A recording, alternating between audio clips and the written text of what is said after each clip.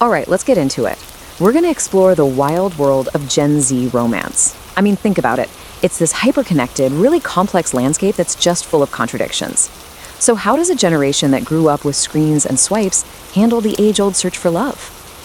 This quote, it really hits the nail on the head, doesn't it? For so many in Gen Z, relationships get filtered through these perfectly curated online versions of themselves. Love isn't just something you feel. A lot of the time, it's something you perform. You see it broadcast with matching bios and those hashtag couple goals posts. And it creates this culture where looking happy can sometimes feel way more important than actually being happy. So here's what we're going to cover. First, we'll look at the digital world that shapes dating today. Then we'll decode the new rules, all the new terms and tactics. After that, we'll dive into a really surprising contradiction in what they believe, explore the mental health side of things, and finally, see how Gen Z is trying to build something new and better for themselves. You know, for Gen Z, love rarely starts in a cute coffee shop anymore. Nope. It almost always starts on a screen. Dating apps aren't just one option among many. They are the main stage, the ground zero, where the whole search for romance kicks off. I mean, just think about it for a second. Dating has basically been turned into a video game.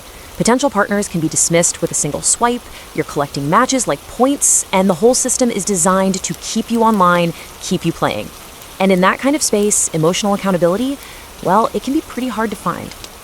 And this leads to something called the paradox of choice. Having thousands of potential partners right at your fingertips sounds amazing, right?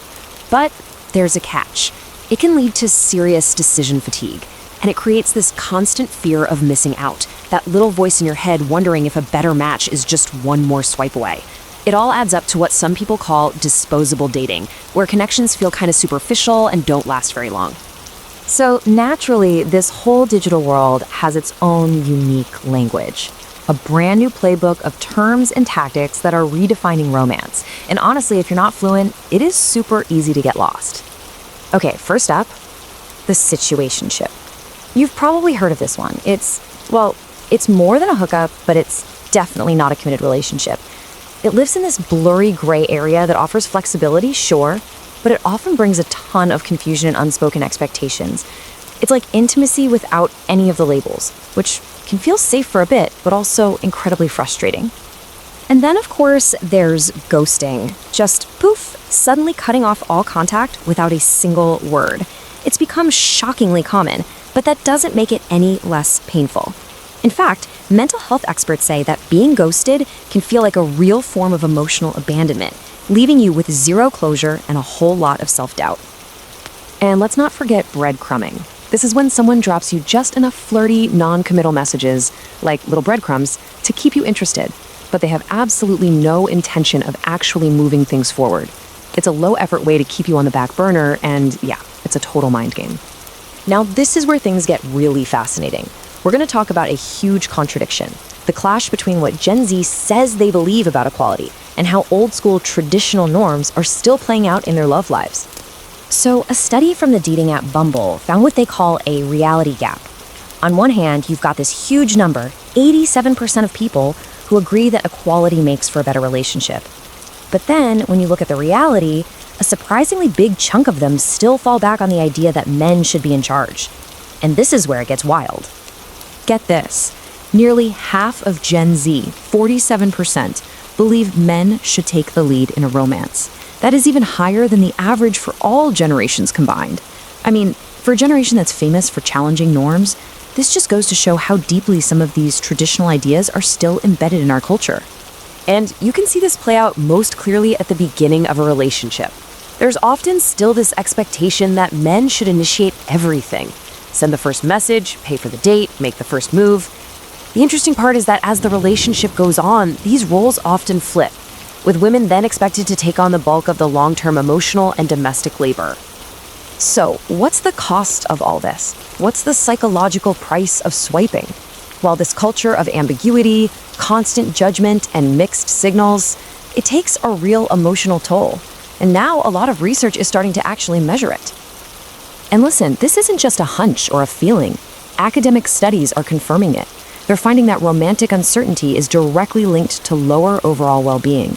That constant stress of trying to navigate a relationship with no clear commitment has a real negative impact on your mental health. This emotional toll pops up in a few key ways. There's this massive fear of vulnerability, of being truly seen and then possibly rejected. So people put up walls and detach as a defense. All the little micro-rejections on dating apps can seriously chip away at your self-esteem. And the biggest irony of all, in a world of endless connection, so many people report feeling deeply, profoundly lonely.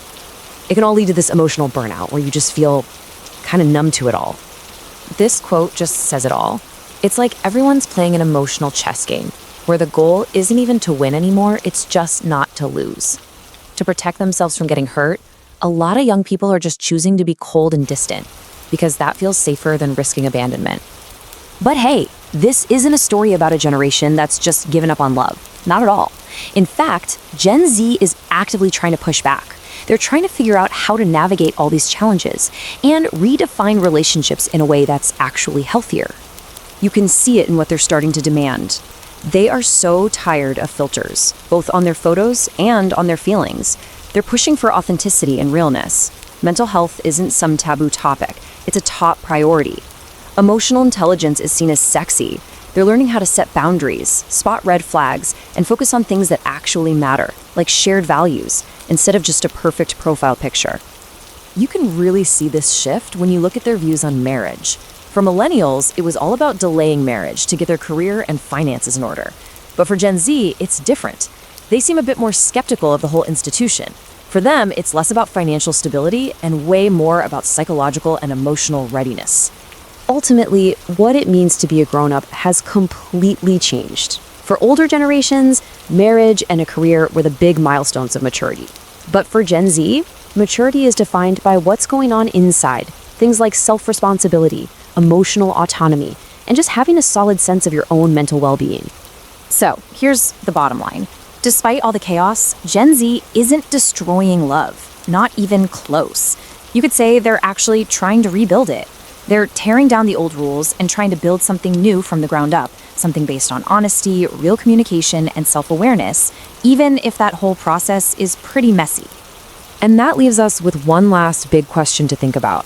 In a world of instant gratification, where a connection can feel as temporary as a TikTok video, is this generation actually figuring out how to build a love that's designed to last?